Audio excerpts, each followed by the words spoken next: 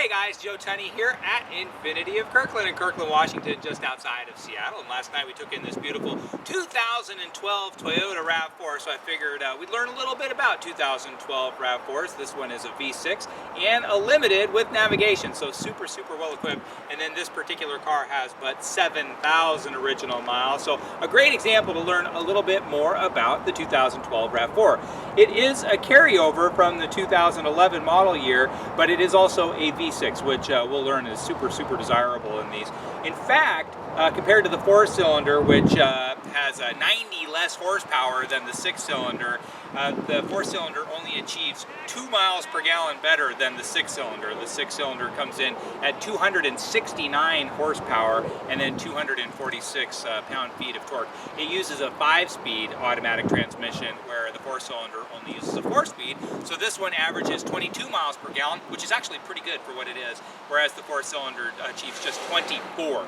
Taking a look at this car, now there is a base model and then there's a Sport, and the Sport will come with 18-inch wheels, and you say, well, how can this be the loaded model and only come with 17s? It's because that's how the Limited works. The Limited comes with 17-inch wheels.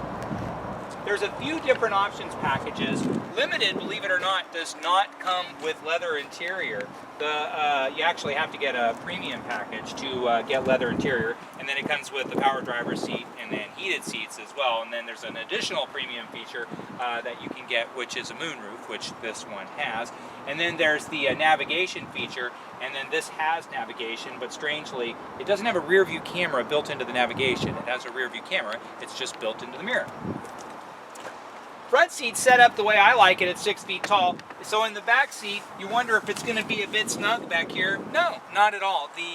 Now, although these come with an optional third row seat, I wouldn't recommend this particular car if I was looking for a sport utility with a third row seat, just because the third row seat is minuscule. It's super small. And the second row seat is very comfortable. So if you're looking for something that's very roomy for 5, this is a great choice. If you're looking for something that's roomy for 7, it's not a great choice. Now, they're very stout vehicles. In fact, if you were to set this up to tow, it'll tow 3,500 pounds. And then if we look at the shell back here, that means there's a spare tire, of course. If you see these without the shell, that's because it came with run flat tires. And you'll hear a lot of mixed reviews about run flat tires. One of the reasons for mixed reviews on run flat tires is that they are very expensive to replace compared to their non-run flat counterparts. Trunk space, well, the trunk space is great. So long as you get the 2 rows of seat model. If you get the 3 rows of seats model, then of course that's all compromised by the third row seat. So trunk space, quite nice, and then extra storage underneath. So 2 levels of storage inside. And then the swing out door, you can see this one's dirty. It was just traded in last night, but the swing out door is actually a really cool touch. My family, we had a Lexus GX 470 for many years, had the same color in fact, and had that same swing out door, and we really like that feature. One of the reasons that I like that feature is that when your garage door is closed, you can open this up just a smidge without having to open up the garage door. Just toss stuff in, grab stuff out, what have you.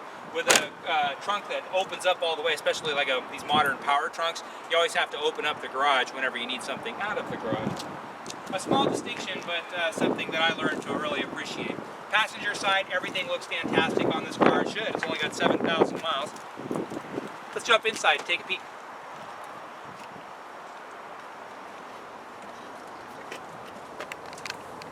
Now, any 6-cylinder model and any third row seat model will have the downhill assist control, which this one has. And then again, this one has the N-Tune on top of the navigation unit, so it has all the latest apps for Pandora radio and what have you. And then, as I mentioned, when I put the vehicle in reverse, no camera here. The camera is up here, and it's a little bit small for my liking. If I'm going to have a rear view camera, I'd rather have it on the screen here, but that's not how it works on the Rav4. And then this one, heated seat as well. Heated seats plural, actually. You just put left or right and then choose which one you want to have heated or both. Push button start, because we have a Limited. Power mirrors, and they're heated mirrors as well. And then again, outstanding power. I mean, it's really a lot. 269 horsepower for a vehicle this size, especially with the high torque numbers. It's super powerful. I mean, it's a really fast vehicle, excellent brakes, and it also handles really nicely. On top of that, look at all the space. So you just have tons of headroom, tons of stretch out and relax room.